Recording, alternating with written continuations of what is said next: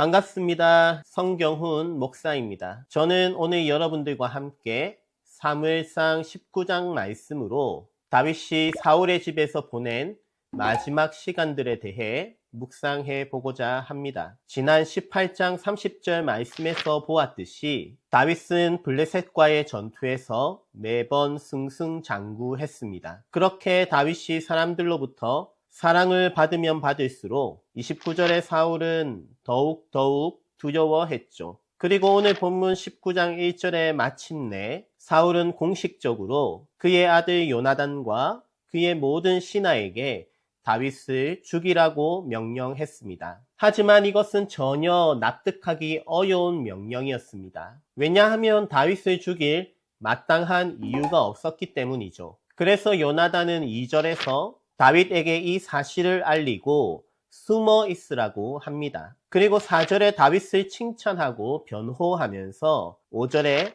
그가 자기 생명을 아끼지 아니하고 블레셋 사람을 죽였고 여호와께서는 온 이스라엘을 위하여 큰 구원을 이루셨으므로 왕이 이를 보고 기뻐하였거늘 어찌 까닭없이 다윗을 죽여 무죄한 피를 흘려 범죄하려 하시나이까. 이처럼 이유 없이 다윗을 죽이려는 사울을 설득했습니다. 당연히 사울도 요나단의 말을 부정할 수 없었습니다. 그래서 6절에 사울은 하나님 앞에 맹세하면서까지 다윗을 죽이지 않겠다고 하죠. 이때만큼은 사울이 이성을 되찾은 것 같습니다. 어느 정도 논리적인 설득이 통할 때도 있었죠. 하지만 사울의 상태가 매번 그렇지는 않았습니다. 8절에서 다윗이 블레셋과의 전쟁에서 여전히 좋은 성과를 거두자 9절에 다시 여호와께서 부리시는 악령에 사로잡혔습니다. 그리고 앞서 18장 11절과 같이 10절에 다윗을 향해 또다시 창을 던졌죠. 이번에도 다윗의 연주는 효과가 없었습니다. 다윗을 죽이지 않겠다는 사울의 맹세도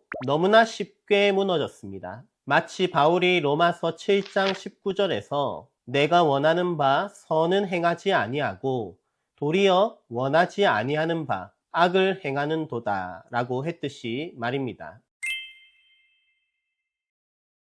그렇게 사울을 지배하는 악한 세력은 점점 더 강해졌고 사울의 집에서 다윗의 삶은 점점 더 불안해졌습니다. 10절 마지막을 보시면 그 밤에 다윗이 집으로 도망가자 11절에 사울은 곧바로 전령들을 다윗의 집에 보내어 그를 지키다가 아침에 그를 죽이도록 했습니다. 다행히 다윗의 아내 미갈은 이 소식을 다윗에게 전하면서 12절에 다윗을 창에서 달아내려 도망가도록 도와주었죠. 그래서 다윗은 이제 사울의 집을 떠나 18절에 라마에 있는 사무엘에게로 나아갔습니다. 더 이상은 사울의 집에서 발붙이고 살아갈 수 없다고 생각했던 것이죠. 이렇게 사울의 집에서 활약했던 다윗의 인생 2막이 끝났습니다. 그리고 그때 당시 다윗이 지은 시편이 있는데요.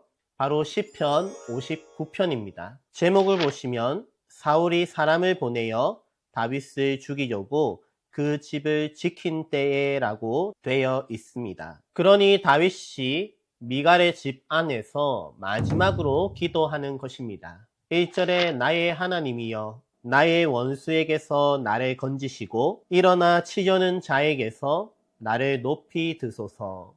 2절 악을 행하는 자에게서 나를 건지시고 피 흘리기를 즐기는 자에게서 나를 구원하소서. 원어로 보면 모두 악을 행하는 자들, 피 흘리기를 즐기는 자들이라고 복수로 되어 있어요. 다윗은 혼자였지만 사울은 단체였습니다. 사울의 집 공동체 전체가 다윗의 피를 원하고 사울과 함께 악을 행하려는 것이죠. 그리고 3절에 이렇게 기도합니다. 그들이 나의 생명을 해하려고 엎드려 기다리고 강한 자들이 모여 나를 치려 하오니 여호와여 이는 나의 잘못으로 말미암음이 아니요 나의 죄로 말미암음도 아니로소이다. 4절에 내가 허물이 없으나 그들이 달려와서 스스로 준비하오니 주여 나를 도우시기 위하여 깨어 살펴주소서. 얼마나 억울했을까요? 다윗 스스로 아무리 생각해 보아도 잘못이 없었습니다. 앞서 5절에서 요나단이 지적한 대로 사울의 공동체에서 다윗은 목숨을 걸고 싸웠습니다. 사울의 공동체에 큰 도움이 되었죠. 하지만 현실은 아무도 다윗을 도와줄 수 없었다는 것입니다. 그래서 다윗은 오직 하나님께 의지하며 기도할 수밖에 없었습니다.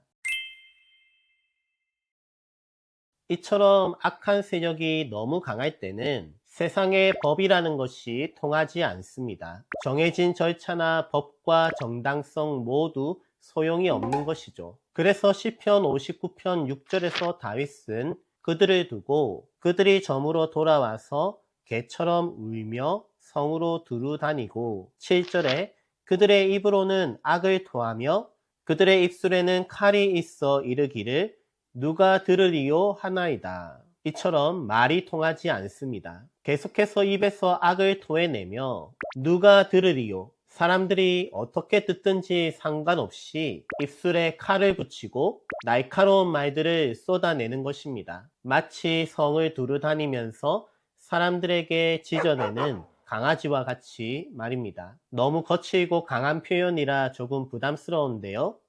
그게 바로 지금 다윗의 심정입니다. 그동안 사울의 공동체에서 얼마나 시달렸는지 알 수 있는 부분이죠.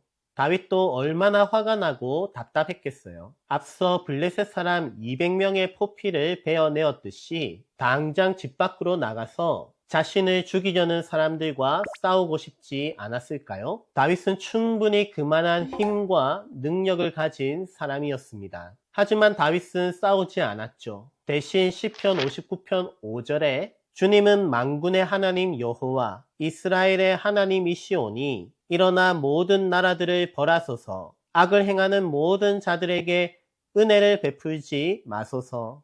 이것은 마치 저주 기도와 같이 들리지만 사실 악한 자들에 대한 심판을 하나님께 맡기는 기도입니다. 다윗이 자기 손으로 복수하고 응징하기보다는 하나님께 맡기며 기도하는 것이죠. 그러면서도 11절에서는 마음이 약해졌는지 그들을 죽이지 마옵소서, 나의 백성이 잊을까 하나이다. 우리 방패 되신 주여, 주의 능력으로 그들을 흩으시고 낮추소서. 죽이지 말고 낮추어 달라고 기도하면서 14절에 그들에게 저물어 돌아와서 개처럼 울며 성으로 두루 다니게 하소서. 계속 그런 인생을 살아가도록 놓아두시라고 기도합니다. 그러면서 15절, 그들은 먹을 것을 찾아 유리하다가 배부름을 얻지 못하면 밤을 새우려니와, 16절에 다윗은 어떻게 하겠다고 합니까? 나는 주의 힘을 노래하며 아침에 주의 인자하심을 높이 부르오리니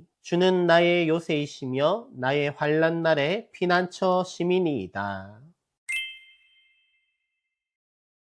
다윗이 지금 밤중에 이 시편으로 노래하는 중이잖아요. 그런데 아침까지 주의 인자하심을 높이 부르겠다고 합니다. 왜냐하면 주님이 나의 요새이시며 나의 환난 날의 피난처이시기 때문에 17절에 나의 힘이시여 내가 주께 찬송하오리니 하나님은 나의 요새이시며 나를 긍휼히 여기시는 하나님이시미니이다. 실제로 오늘 본문에서 하나님께서는 다윗의 피난처요 요새가 되어 주셨죠. 바로 18절에 라마에 있는 나옅에서 말입니다. 여기서 나옅에 대한 보충 설명은 아래 내용에 적어 놓을 테니 참고하시고요. 18절에 다윗이 라마에 있는 사무엘에게 사울이 행한 일을 다 전하자 다윗과 사무엘이 나옅이라는 특별한 지역으로 갔다고 합니다. 그런데 20절을 보시면 이곳에서 사무엘과 더불어